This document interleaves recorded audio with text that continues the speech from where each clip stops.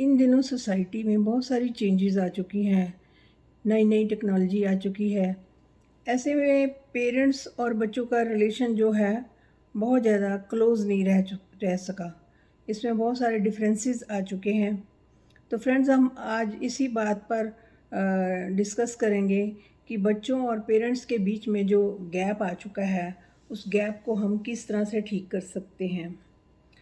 तो आजकल के बच्चे क्या चाहते हैं कि उनको सारी सहूलतें तो दे पेरेंट्स, पैसे भी दे, उनको कपड़े भी दें, शेल्टर भी दें, लेकिन वो कहना नहीं मानना चाहते। वो पेरेंट्स से डिस्टेंस बनाना चाहते हैं। तो इसके पीछे में भी कुछ रीज़न हैं जिन्हें हमें जान लेना बहुत ही ज़रूरी है। पेरेंट्स क्या करते हैं कि बच्चों को अपने कंट्रोल में रखना चाहते हैं। तो जैसे जैसे बच्चा टीन एज में होता है, शुरू शुरू में तो जब छोटे होते हैं बच्चे तब तो ठीक है, चलता है। लेकिन जैसे जैसे बच्चे जो है टीन एज में जाते हैं तो उनको अपने दोस्त ही अपनी दुनिया लगते हैं।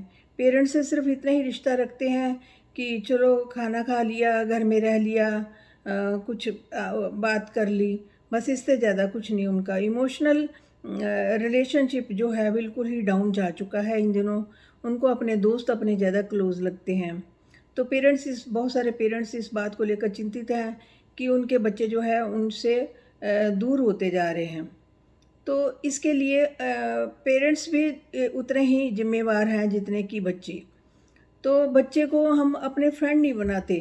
जब बच्चा बड़ा होता है तो हम इतना अपने कमाने में लगे होते हैं, उनको हर तरह की फैसिलिटी, फ़ोन, मोबाइल, हर चीज़ दे देते हैं, हर तरह की फैसिलिटी दे देते हैं।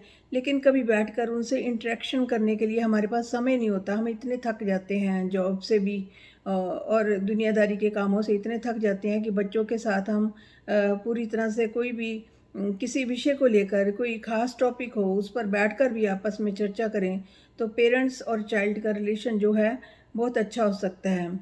शुरू में क्या होता है, जब बच्चा छोटा होता है तो पेरेंट्स क्या करते हैं कि बच्चे ने खाना खाता है, नहीं खाता है, तो उसके हाथ में मोबाइल दे देते हैं कि इसका ध्यान जो है मोबाइल की तरफ ही लगा रहे और ये खाना अपना कर ले, खा ले। तो बच्चा क्या करता है कि जब उसके हाथ में मोबाइल होता है तो पेरेंट्स खाना खिलाते जाते हैं, वो खाता जाता है, उसका ध्यान मोबाइल की तरफ है और धीरे धीरे उसको मोबाइल की एडिक्शन लग जाती है। जब एडिक्शन लग जाती है फिर पेरेंट्स कहते हैं कि देखो मोबाइल तो छोड़ता ही नहीं है। तो एडिक्शन किसने लगाई? हमने लगाई ना।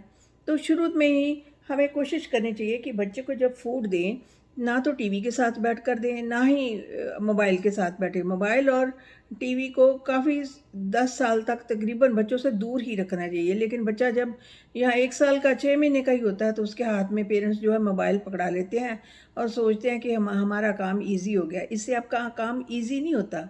इससे जो लाइफ लॉन्ग जो डिफ़िकल्टीज़ आती हैं वो आगे जाकर आपको फेस करनी पड़ती हैं। और हमेशा बच्चों के जो दोस्त हैं उनसे ज़रूर टच में रहिए।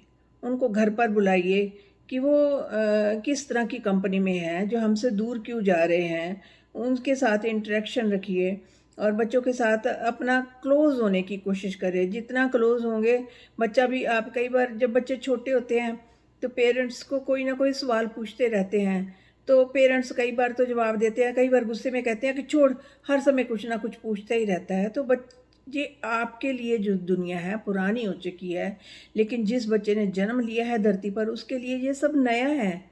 तो वो कोई ना कोई क्वेश्चन पूछता है तो उसको डांटिए नहीं। डांटने से क्या होगा कि वो धीरे धीरे आपसे कुछ भी पूछना बंद कर देगा, आपसे डिस्टेंस बनाना शुरू कर देगा।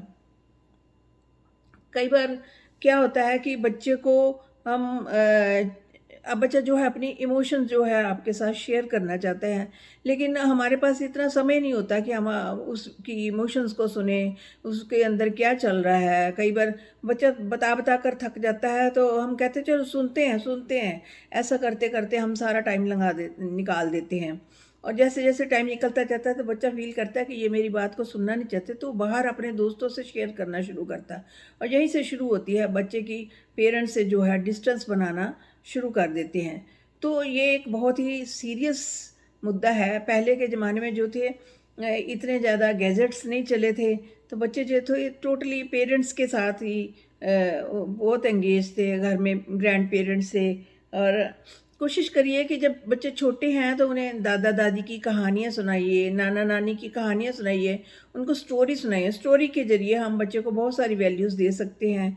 लेकिन पेरेंट्स जो है इतने थके हुए होते हैं, उनके पास टाइम ही नहीं होता स्टोरी सुनाने का। कोशिश करिए कुछ टाइम रिलैक्स होकर बच्चे को ये 10-15 मिनट या 1 घंटा जो है बच्चे के साथ बैठकर बात करें, 10-15 मिनट उसको कोई स्टोरी सुनाएँ, जिससे वो बच्चा आपसे के साथ हमेशा रिलेशन में रहे। बच्चे कई बार जो है जब हॉस्टल में चले जाते हैं तो भी पेरेंट्स का ये फ़ियर ही रहता है कि अब बच्चा घर से चला गया, पता नहीं हमारे क्लोज़ होगा नहीं, पता नहीं किस तरह के उसके दोस्त बनेंगे या क्या होगा, ये उनके मन में फ़ियर रहता है। तो कोशिश करिए कि हर रोज़ बच्चे से वीडियो कॉल पर बात करें, ताकि बच्चे को ये पता हो कि ये मेरे पेरेंट्स हैं, मैंने इनसे हमेशा बात करनी है। जब हम बच्चे के साथ बात ही नहीं करेंगे 2-2 4-4 दिन, तो बच्चा भी बाहर जाकर अपना मन बहलावा करेगा। इसलिए ये छोटी-छोटी बातों को हमें ही ध्यान में रखना पड़ेगा। हमें बच्चों के लिए ज़रूर ही टाइम निकालना पड़ेगा।